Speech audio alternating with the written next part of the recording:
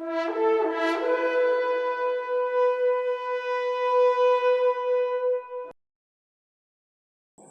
Students, तीजारे classes में आपका स्वागत है। आज बात करते हैं class 10th state board science 2 के बारे में, चैप्टर नंबर 9। हमारा पिछले एपिसोड में पार्ट 1 इसका हो चुका था, पेज नंबर 102 तक, और उसी पेज पे factor disturbing the social health ये एक टॉपिक है और उसमें कवर होता है मेंटल स्ट्रेस के बारे में, और भी कुछ टॉपिक्स है उसमें, तो वो आज हम यहाँ पे अभी डिस्कस करेंगे। तो चलिए शुरू करते हैं। Mental stress. Competition has increased in opportunities for education, employment and business due to increase in population। मतलब कि आज की तारीख में काफ़ी सारा कंपटीशन बढ़ चुका है, मतलब कि जैसे एजुकेशन में भी, एम्प्लॉयमेंट और बिजनेस से रिलेटेड भी। अब एजुकेशन में कैसे कंपटीशन है, देखिए अब आप 10th में हो, अगले साल आप 11th में जाएंगे, तो आपको जितने अच्छे मार्क्स मिलेंगे, जितने आपके परसेंटेज रहेंगे, उतने ही अच्छे कॉलेज में आपको एंट्री मिलेगी। एम्प्लॉयमेंट में भी वैसी बात है। कहीं अगर गवर्नमेंट 100 जगह निकालती है तो अप्लाई करने वाले हजारों लाखों लोग होते हैं उसी पोस्ट के लिए, और ऑब्वियसली अगर आपको अच्छे मार्क्स है तो आपको उन 100 में आना पड़ेगा।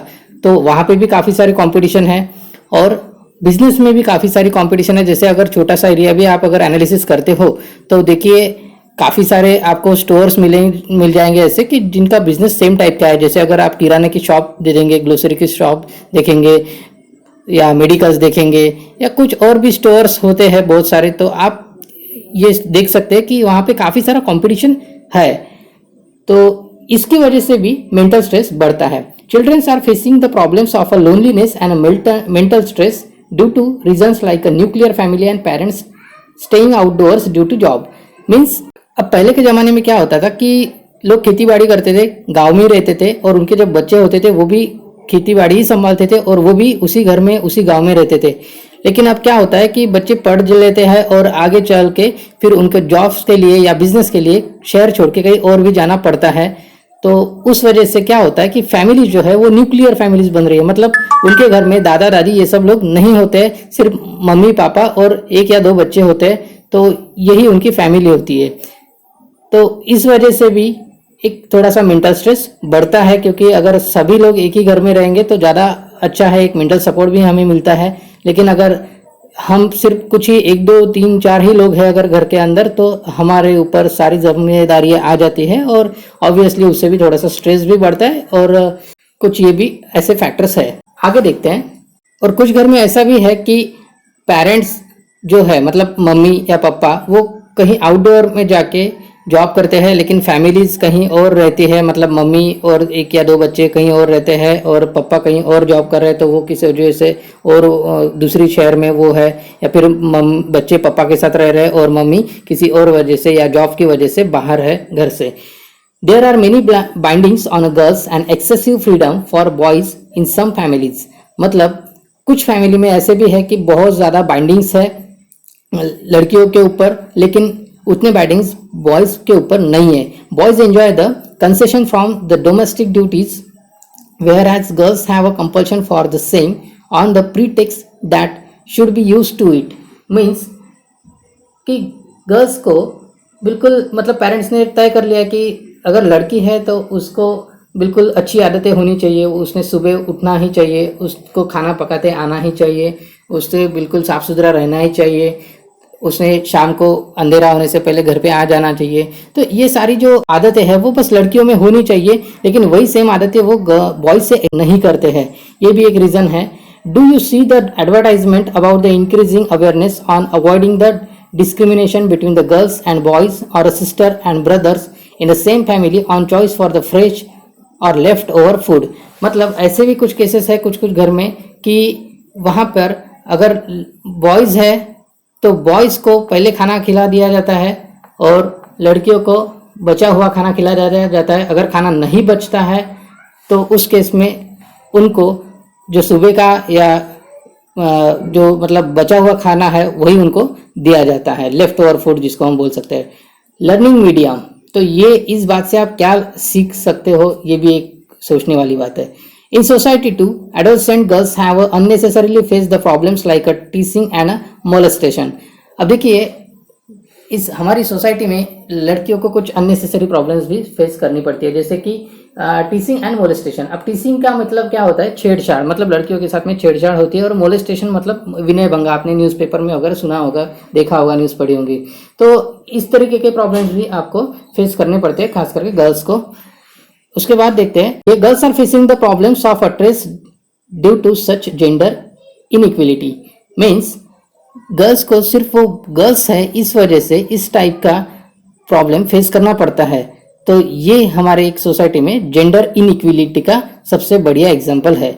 आगे देखते हैं, nowadays everyone has to face the stress due to ever increasing disorder, crime and violence.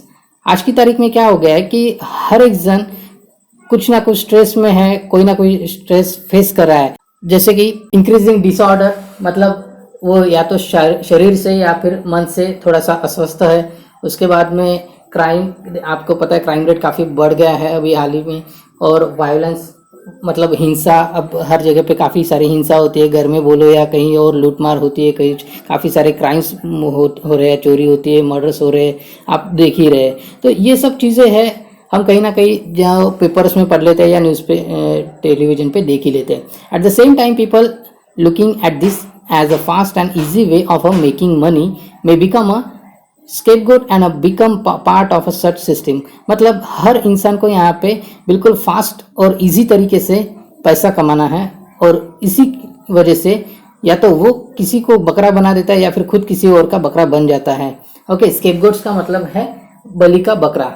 This is the deadly effect of social illness. तो ये एक बहुत बड़ा सोशल इलनेस उससे जनरेट होता है। आगे देखते हैं, एडिक्शन। अब एडिक्शन का मीनिंग होता है, बिल्कुल आपको पता ही है कि किसी भी चीज़ की आदत लग जाना। ओके, और मोस्टली उसका मीनिंग होता है कि खराब आदत लग जाना। Peer group influence is stronger in case of adolescents. मतलब आपके जो फ्रेंड सर्कल होते हैं, पीर ग्रुप मतलब आपके फ्रेंड सर्कल्स, तो आपके फ्रेंड सर्कल्स का आप पर इस एज में बहुत ज़्यादा इम्पैक्ट पड़ता है। वो क्या करते हैं, वो किस तरीके से बात करते हैं, वो उनके पास में वो क्या, कौन सी ऐसी चीज़ें हैं जो इस्तेमाल करते हैं, तो आपका भी मन वही करेगा कि मैं भी ये चीज़ इस्तेमाल करूं, इसने भी, इसका भी जो बात करने का तरीका है वो मैं एक्सेप्ट कर लूं या फिर उसको फॉलो करूं। तो ये जो चीज़ें हैं वो एडोलसेंट्स में ज़्यादा देखी जाती है। अब एडोलसेंट्स का मतलब क्या होता है? एडोलसेंट्स का मतलब होता है एज ग्रुप 13 से लेके 17 तक के जो बच्चे होते हैं, 13 साल के बच्चों से लेके 17 साल के बच्चों तक का जो एक एज ग्रुप है, उन एज ग्रुप के बच्चों को एडोलसेंट्स बोला जाता है। Adolescents always prefer the company of friends and follow their goods और bad habits instead of following advice of parents and teachers. मतलब कि इन बच्चों में, अब वो आप ही के एज के बच्चे हैं, तो आपके एज के जो बच्चे होते हैं उन एज में, मतलब इस एज में आपको आपके फ्रेंड्स की हर एक बात आपको अच्छी लगेगी। हालांकि आपको टीचर ने अगर कोई बात कहती है तो वो आपको इतनी मतलब अच्छी नहीं लगेगी या आप उससे कन्विंस नहीं हो पाएंगे। आपके पेरेंट्स अगर आपको कुछ कहेंगे तो वो भी शायद आपको नहीं ठीक लगेगा, लेकिन आपके अगर फ्रेंड्स कुछ कहते हैं तो वो आपको 100% सही लगेगा।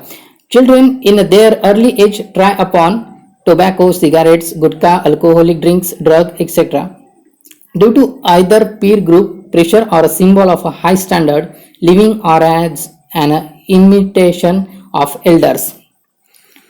मतलब कि बच्चे जो है वो बहुत कम एज में फिर प्रॉब्लम्स में पड़ जाते हैं। तो कैसे प्रॉब्लम्स? देखिए, वो कुछ ना कुछ ट्राई करते रहते हैं, जैसे कि टोबैको मतलब तंबाकू वगैरह ट्राई कर लेंगे, सिगरेट्स है, गुटखा है, अल्कोहलिक ड्रिंक्स है, ड्रग्स है, ये सभी चीज़ें वो ट्राई करना शुरू कर देते हैं इस एज में। लेकिन ये सरासर गलत है। Due to either peer group pressure और a symbol of a high standard living और as in imitation of elders. मतलब वो बड़े को जैसी नकल करना चाहते हैं और बिल्कुल उनको थोड़ा सा एक हाई स्टैंडर्ड लिविंग जैसा एक फील लगता है उस चीज़ में, वो चीज़ करते वक्त। तो ये बिल्कुल भी गलत बात है, ऐसा कुछ नहीं होता है। तो आगे देखते हैं, however it may lead to addiction to such deadly substances, temporarily intoxicating drugs of plants origin and some chemicals may permanently damage the human nervous system, muscles systems, heart etc. earlier। तो हमें ये भी सीखा है कि काफ़ी सारे जो लोग हैं, अगर वो कुछ ड्रिंकिंग या फिर इस तरीके के जो भी उनकी आदतें हैं, अगर जैसे कि टोबैको को शेविंग करना और सिगारेट्स, गुटखा, अल्कोहलिक ड्रिंक्स, ड्रग्स, अगर ये सारी चीज़ें वो लोग कुछ ना कुछ इनमें से कंज्यूम करते हैं तो उनको कुछ प्रॉब्लम्स होती है लाइफ में, और काफ़ी कम एज में उनको प्रॉब्लम्स होना शुरू कर देती है। वो कौन से प्रॉब्लम्स है? तो देखिए, नर्वस सिस्टम्स में उनको प्रॉब्लम होना शुरू हो जाती है, मसल सिस्टम्स में उनको प्रॉब्लम शुरू होती है, और हार्ट पे भी उसका बैड इम्पैक्ट पड़ता है। Earlier we know the studies the carcinogenic affect of tobacco containing substances on a mouth and lungs. मतलब इसी वजह से लंग्स में और माउथ में भी कैंसर्स वगैरह भी होते हैं और काफ़ी सारी बीमारियां इससे आ जाती है। एक यहाँ पे देखिए, एक बहुत ही इंपॉर्टेंट चीज़ है। देखिए ऊपर एक जस्ट सिंबल दिया हुआ है कि कोई ड्रिंक कर रहा है इंसान, और कोई एक इंसान है जो सिगरेट पी रहा है वहाँ पे, ठीक है। और इस वजह से मतलब ये सरासर गलत है, क्रॉस किया हुआ है वहाँ पे रेड से। नीचे का डायग्राम में देखिए एक सिगरेट दिया हुआ है जो जल रहा है और उसके ऊपर रेड क्रॉस किया है। ये सिंबल आपको काफ़ी पब्लिक प्लेसेस पे देखने को मिल जाएगा, जैसे कि बसेस में, ट्रेन्स में, टॉकीज में या मॉल्स में। इसका मीनिंग होता है कि आपको यहाँ पे सिगरेट नहीं पीना है। आप अगर इमेजिन कीजिए कि अगर कोई एक इंसान अगर किसी क्राउड में सिगरेट पीता है तो उससे जो धुआं जनरेट होता है उससे जो आजू बाजू वाले लोग होते हैं उनको भी उसका इम्पैक्ट होता है, और उनके हेल्थ पे भी उसका इम्पैक्ट होता है। नेक्स्ट पेज पे आता है 103 इनक्यूरेबल डिसीजेस। अब ऐसे भी कुछ डिसीजेज है लाइफ टाइम, एक बार अगर हो गया तो वो लाइफ टाइम जब तक जिंदा है तब तक वो डिसीज उसको रहेगा ही रहेगा। उसकी वजह से सोशल हेल्थ भी डिस्टर्ब हो जाती है। Factors like ignorance towards the people with incurable diseases like AIDS, TB, leprosy and mental disorders as well as old persons lead to increase in old age homes, and such factors also may cause harm to social health। मतलब कुछ ऐसे भी diseases है जैसे कि ads है, TB है। TB में काफ़ी सारी खांसी आ जाती है और वो फिर बिल्कुल एक बार हो गई तो जब तक वो जिंदा है तब तक उसको प्रॉब्लम होती है। हाल ही में पिछले कुछ सालों में टीबी पर एक दवाई निकली है जो government of India free of cost बांटता भी है। आपने शायद देखा भी होगा कि डॉट्स की एड आती है टेलीविजन पे, तो वो डॉट्स की गोलियां जो है वो इंडियन गवर्नमेंट की तरफ से पेशेंट्स को फ्री ऑफ कॉस्ट मिल जाती है। उसके बाद है लेप्रोसी। लेप्रोसी का मीनिंग होता है कुष्ठ रोग, जिससे स्किन के एक डिसीज होता है, वो बस एक बार हो गया तो फिर लाइफ टाइम वो ऐसे ही रहता है और काफ़ी सारी परेशानियां हो जाती है पेशेंट्स को। तो इस तरीके के जो कुछ इनक्यूरेबल डिसीजेस होते हैं उसकी वजह से भी सोशल हेल्थ पे काफ़ी ज़्यादा इम्पैक्ट हो जाते हैं। देखिए बाजू में एक पिक्चर दिया है, उस क्या दिया है देखते हैं। Whether the incidents shown in the following picture is rational. मतलब जो ये चीज़ दिख रही है वो मतलब सही है क्या, ये आपसे पूछा गया है। तो देखिए क्या है, वो एक लेडी है, उनके घर में जो बड़े बुजुर्ग है उनको थोड़ा सा काफ़ी गलत ट्रीटमेंट दिया जा रहा है। काफ़ी मतलब ख़राब कपड़े उनको पहनाए गए हैं और जस्ट बिल्कुल काफ़ी सारा उनको टॉर्चर किया जा रहा है, ऐसा कुछ फील हो रहा है इस इमेज देख के। तो ये जो पिक्चर है, ये जो सीन यहाँ पे क्रिएट है, ये काफ़ी सारे घरों में दिखता है, तो ऐसा नहीं होना चाहिए। ये भी एक की वजह से भी सोशल हेल्थ पे काफ़ी सारा बैड इम्पैक्ट पड़ता है। आगे देखते हैं। Can you tell how you ever seen the persons inebriated with drugs or liquor loitering on a dirty places। Means आपने कभी ऐसा इंसान देखा है क्या कि मतलब जिसने नशा किया हुआ है और बिल्कुल आवारागर्दी करके हुए कहीं घूम रहा है? तो अगर देखा है तो बिल्कुल क्या आप ऐसे सिचुएशंस में, ऐसे कंडीशंस में रह पाएंगे क्या? Whether such a pitiful conditions of a most intelligent human being is acceptable. तो ऐसे सिचुएशन में आप रहना क्या पसंद करोगे, ये पूछा गया आपसे। You must have read the news about the many death due to poisonous liquor, why does it happen. मतलब आपने कुछ ऐसे भी न्यूज देखी होगी जहाँ पे पॉइजन लिकर लेने की वजह से काफ़ी सारे डेथ हो चुकी है। तो ये कैसे होता है? देखिए नीचे दिया हुआ है explanation. Liquor is produce from the alcohol obtain through fermentation of substances. However if this process is perform in a wrong way, poisonous liquor is produced and proves fatal for a many at time। मतलब कि जो alcohol बनता है वो कुछ fermentation process से बनता है, और अगर वो प्रोसेस प्रॉपर नहीं हो पाई या फिर गलत तरीके से अगर बन गया है तो वो पॉइजनस लिकर बन जाता है, और अगर उसको कंज्यूम कर देंगे तो ऑब्वियसली इंसान की डेथ हो जाती है। अब उससे होता क्या है, इफिशियंसी ऑफ नर्वस सिस्टम, मतलब नर्वस सिस्टम पे भी इम्पैक्ट होता है। अगर आप नॉर्मल भी अल्कोहल ले लेते हैं तो उससे भी नर्वस सिस्टम पे इम्पैक्ट पड़ता है, लिवर्स पे भी आपका इम्पैक्ट पड़ता है। देखिए, efficiency of a nervous system specially brain and liver as well as the life span of a person decreases due to alcoholism. मतलब अल्कोहल लेने की वजह से इंसान की जो उम्र है वो भी घट जाती है। मतलब अगर कोई इंसान की एवरेज वैल्यू 80-90 साल होती है, तो ऑब्वियसली अगर कोई इंसान कंटिन्यूसली लिकर ले रहा है, वाइन ले रहा है, तो उसकी जो लाइफ स्पैन है वो कम हो जाता है। किस वजह से कम होता है, तो देखिए उसके नर्वस सिस्टम पे इम्पैक्ट होता है, जिससे धीरे धीरे पूरी बॉडी की जो कार्य क्षमता होती है वो कम हो जाती है।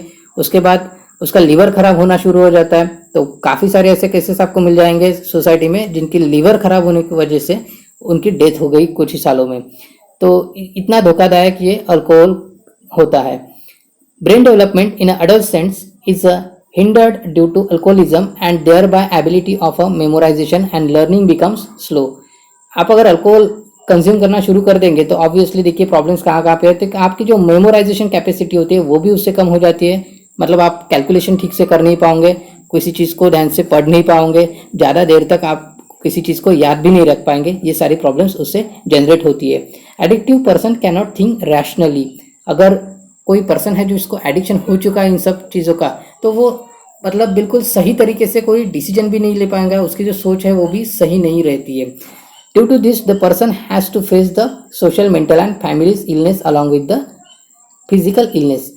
मतलब जो इंसान ठीक से जजमेंट नहीं दे पाएगा, अगर वो ठीक से निर्णय नहीं ले पाएगा किसी चीज़ का लेके, क्योंकि उसकी जो बिल्कुल बुद्धि है वो काम करना थोड़ा सा कम कर देता है, तो ऐसे लोगों को सोसाइटी में और फैमिलीज में भी थोड़ा सा मतलब कंसिडर नहीं किया जाता है उनको। मतलब अगर कोई इंपॉर्टेंट डिसीजन लेना है तो शायद उस इंसान को वो उतनी वैल्यू ना दे, या उनके डिसीजन को पे भी उतनी वैल्यू ना दे। तो ये भी चीज़ें आपको फेस करनी पड़ेगी अगर कोई एडिक्टिव बनता है तो। Communication media and excessive use of modern technology. अब देखिए ये भी एक काफ़ी इंटरेस्टिंग पार्ट है आज के ज़माने का। यहाँ पे देखते हैं, देखिए यहाँ पे नीचे कुछ 2 पिक्चर्स भी दिए हुए हैं आपको। Communication media and excessive use of modern technology. 2 caricatures presenting the situation of the year 1998 and 2017 about the playing on a playground are given below. Observe those caricatures, express your opinions about the arising of such different situations। तो देखिए आपको 2 picture दिए हैं, उसमें से जो पहला picture है वो है 1998 का और दूसरा पिक्चर है 2017 का। तो पहले पिक्चर में क्या है कि एक माँ अपने बच्चे को घर के अंदर खींच रही है बिल्कुल ज़बरदस्ती से, क्योंकि उसको बच्चे को काफ़ी देर से वो प्लेग्राउंड में ही था और उसको अभी भी प्लेग्राउंड में ही खेलना है। लेकिन उसकी माँ कह रही है कि बेटा घर पे आओ अभी और पढ़ो, बैठो थोड़ी देर तो भी पढ़ने के लिए। वही दूसरे पिक्चर में आप देखिए क्या हो रहा है कि एक माँ बच्चे को ज़बरदस्ती से घर के बाहर भेज रही है। ये है पिक्चर 2017 और अभी का जो सिनेरियो चल रहा है आपके साथ भी, वो कि बच्चे को माँ खुद कह रही है कि बेटा घर के बाहर जाओ और कुछ तो भी खेलो, थोड़ा सा हाथ पैर हिलाओ। ओके, तो ऐसा क्यों है सिचुएशन? देखो काफ़ी मतलब बिल्कुल एकदम चेंज है। अब ये जो पहली वाली सिचुएशन है तो वो आपके पेरेंट्स के साथ में भी यही सिचुएशन थी। ओके, और जो दूसरी वाली सिचुएशन है वो आपके साथ आजकल हो रही है। तो ऐसा क्यों है? देखिए सबके पास में बिल्कुल 24 आवर्स है, पहले भी थे उतने ही, लेकिन पहले काफ़ी सारी जो चीज़ें हैं, mobile, television, internet, laptop and so on, तो ये सारी चीज़ें पहले नहीं थी और उसकी वजह से बच्चे जो है वो बाहर खेल पाते थे, उसकी वजह से उनकी फिजिकल फिटनेस भी काफ़ी अच्छी रहती थी। लेकिन आजकल बच्चे बिल्कुल बाहर जाते ही नहीं है, मोबाइल पे खेल देते हैं, टेलीविज़न पे देख लेते हैं, लैपटॉप पे मूवीज़ देख लेते हैं और फिजिकल एक्टिविटी में बिल्कुल ज़ीरो है।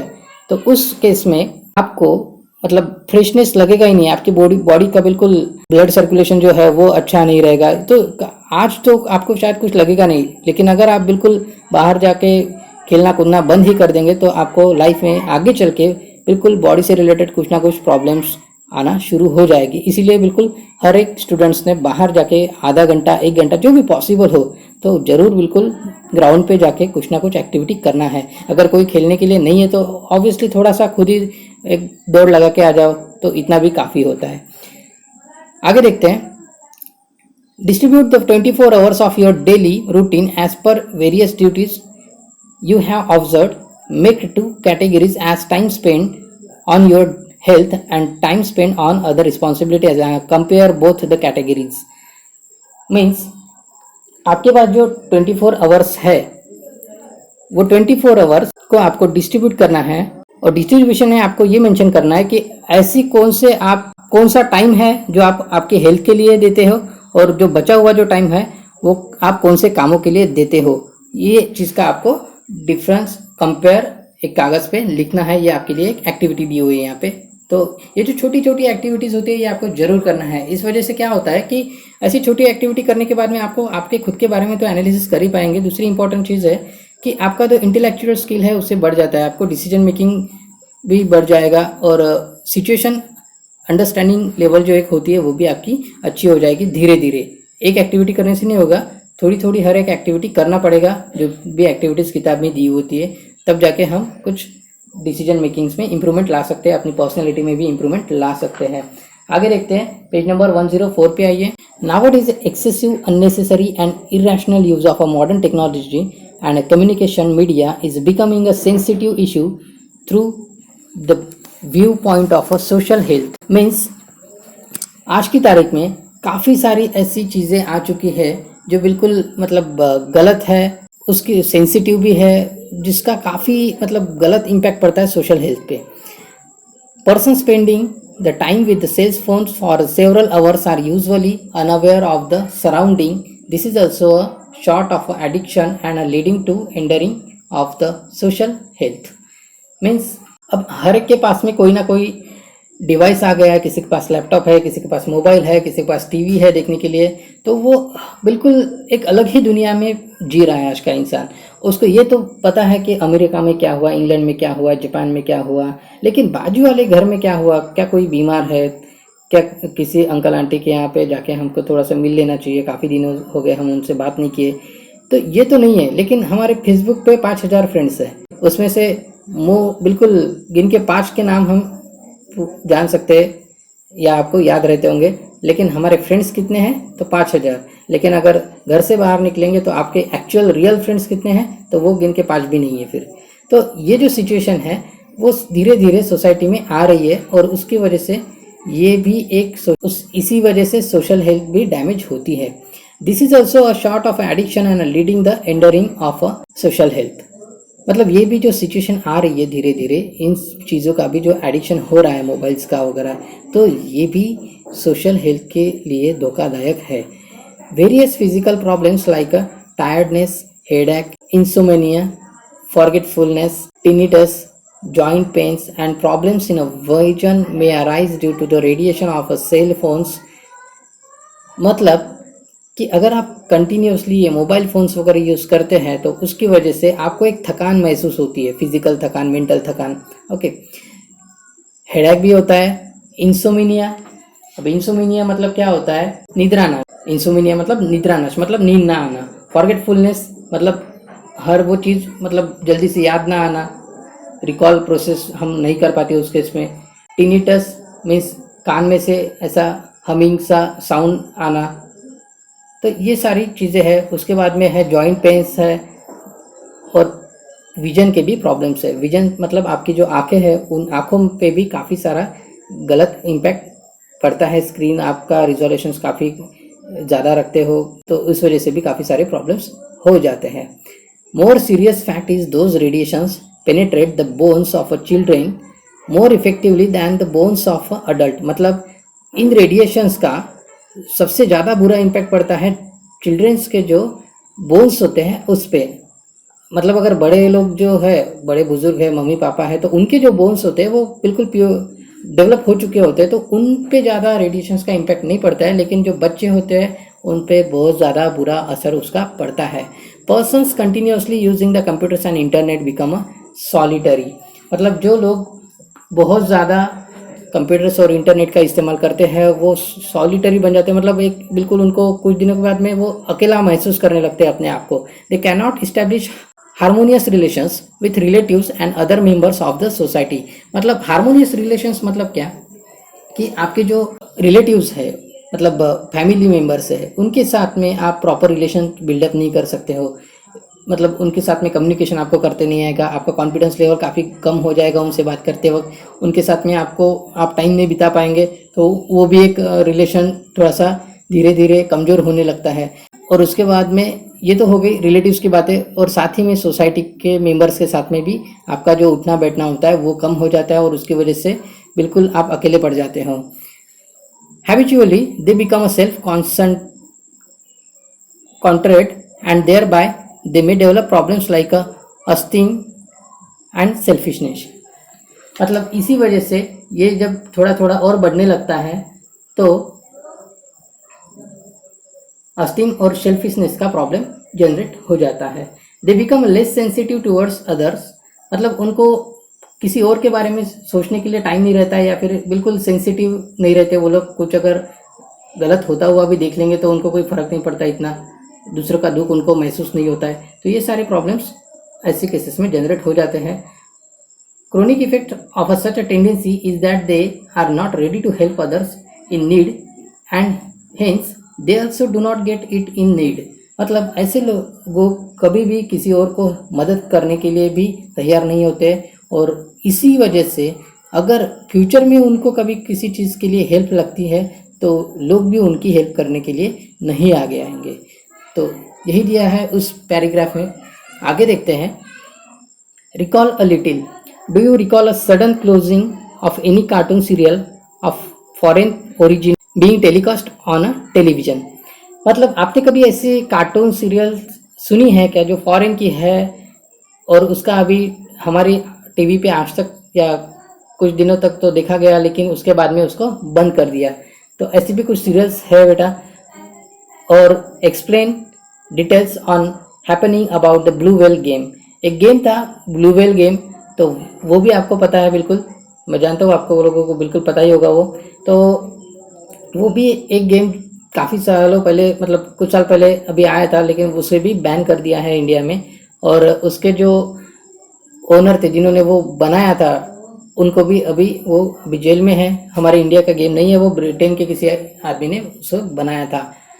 तो ऐसे कार्टून्स जो समाज के लिए थोड़े से हानिकारक है, या ऐसे गेम्स जिससे समाज के जो मतलब हमारे जो बच्चे हैं उन पे बैड इम्पैक्ट पड़ता है, तो ऐसे सीरियल्स या ऐसे कार्टून्स बंद किए जाते हैं, बैन किया दिया जाता है ऐसे चीज़ों पे। आगे देखते हैं। Children who watch the cartoon films may imitate the character of those films. मतलब अगर बच्चे कुछ ऐसी चीज़ें देख लेते हैं कि जिसमें बिल्कुल एक इंसान के अंदर बिल्कुल सुपर पावर आ चुकी है, तो बच्चे उसी चीज़ को कॉपी कर लेते हैं। फिर जैसे कि कोई एक आधी सीरियल आ जाती है, अभी देखिए शक्तिमान एक सीरियल थी कुछ सालों पहले, तो ऐसी सीरियल्स में जैसे वो शक्तिमान बिल्डिंग से उड़ता हुआ दिखता है, तो आपको भी ऐसा लगता है कि यार मैं भी उड़ सकता हूँ, मुझ में भी सुपर पावर है। अब देखिए क्या होता है कि छोटे छोटे जो बच्चे होते हैं उनमें उतनी समझ नहीं होती है, और वो कॉपी पेस्ट पे ज़्यादा बिलीव करते थे, और जो सामने जैसा टीवी में दिखाई दे रहा है वैसा करने की कोशिश कर लेते हैं। तो ऐसे केसेस में काफ़ी सारे एक्सीडेंट्स हो गए हैं और काफ़ी सारे बच्चों को जान भी गंवानी पड़ी है। Tendency and behaviour of the children who plays the game like a virtual war and car races, especially deliberately brought about the virtual accidents in games। तो ऐसे भी कुछ गेम्स है जिसमें बच्चों को जानबूझ के किसी इंसान को मारना पड़ता है, या गाड़ियों को बिल्कुल तोड़ फोड़ कर देना पड़ता है।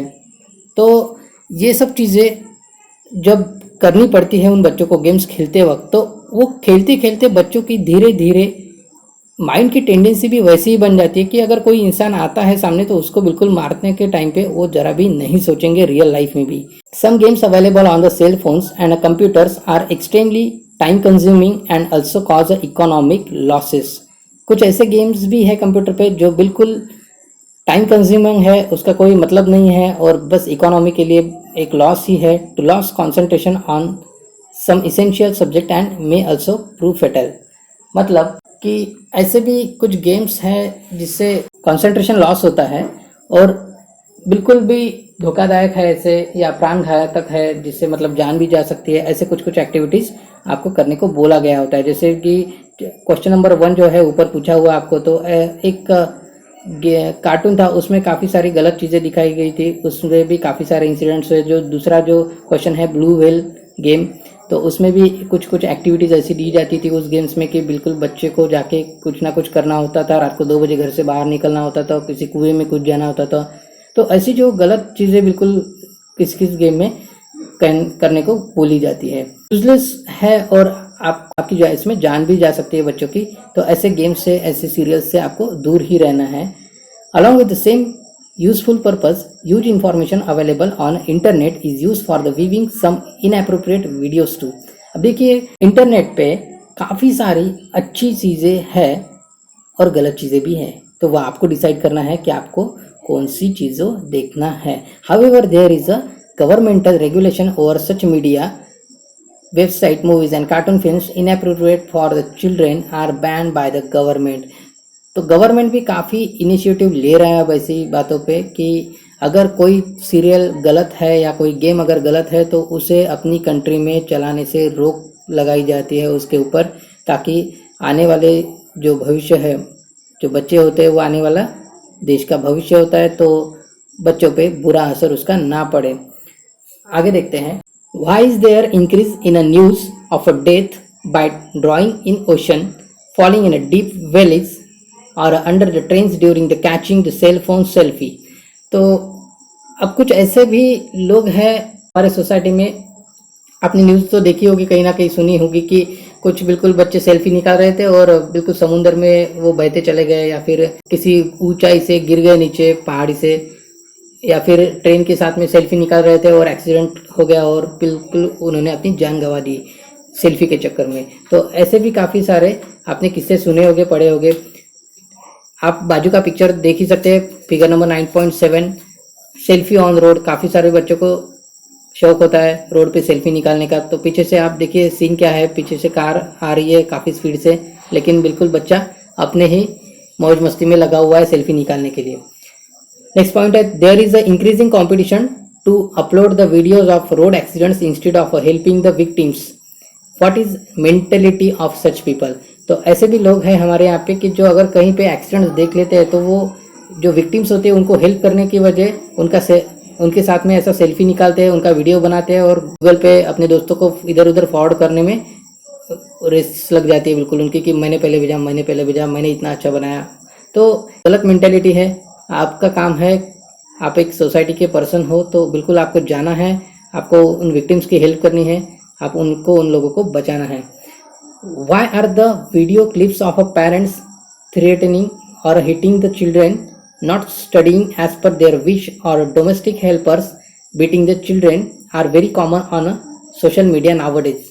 मतलब ऐसे भी कुछ क्लिप्स वायरल होती है कि जहाँ पे पेरेंट्स ने काफ़ी सारा बच्चों को मतलब हिट किया है, उनको मारा है, पीटा है, क्योंकि बच्चे बिल्कुल मतलब पढ़ाई नहीं कर रहे हैं। तो ये भी एक थोड़ा सा सोशल मीडिया पे काफ़ी सारा आजकल आता है कभी कभी। तो इसके पीछे भी क्या रीजंस हो सकते हैं ये भी आपको थोड़ा सा एनालिसिस करने की ज़रूरत है।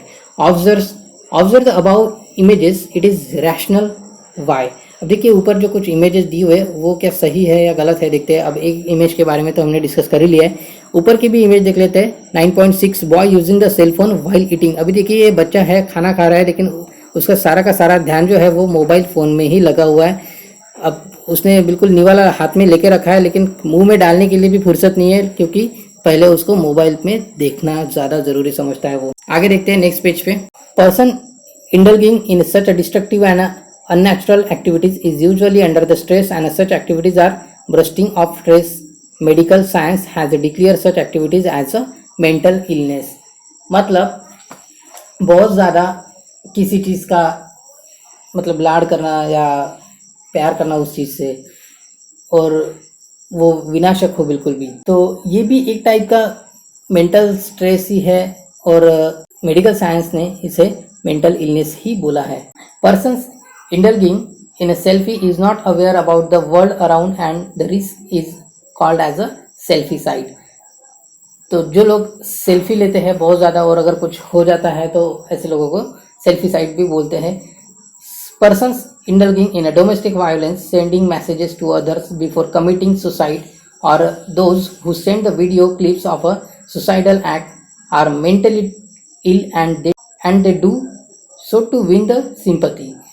मतलब बहुत सारे लोग ऐसे भी होते हैं कि बिल्कुल हीरो बनने के चक्कर में सुसाइड भी कर लेते हैं। प्रॉपर सा एक तरीका, मतलब सुसाइड नोट लिख लेंगे या उसका भी मैं सुसाइड कर रहा हूँ, किसी ऊंचाई से कूदेंगे उसका भी वीडियो बनाएंगे, लोगों को पहले मरने से पहले वायरल भी कर देंगे। और ये सब किस लिए, तो बस सिंपैथी मिलनी चाहिए उनको।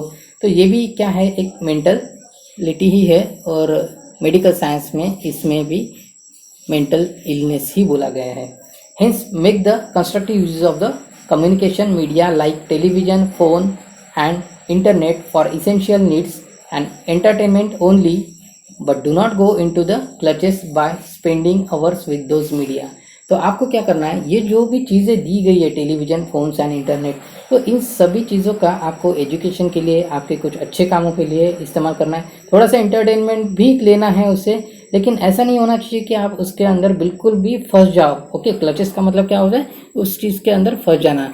तो आपको उसके अंदर फंसना नहीं है, बिल्कुल आपको उसको लिमिट तक ही रखना है। ऊपर देखिए 9.8 pedestrian making the video clip of the accidental scene. तो जैसे कि डिस्कस किया था कि एक्सीडेंट हुआ है और कुछ लोग जो है वो बस सेल्फी और वीडियोस निकालने के चक्कर में लगे हुए हैं, और उनको हेल्प करने के लिए कोई तैयार भी नहीं है। तो स्टूडेंट्स, आज के लिए इतना ही। यहाँ से आगे देखने के लिए आपको इसी चैप्टर का पार्ट 3 देखना होगा। चैनल को सब्सक्राइब और लाइक जरूर कर दीजिए। Thank you students.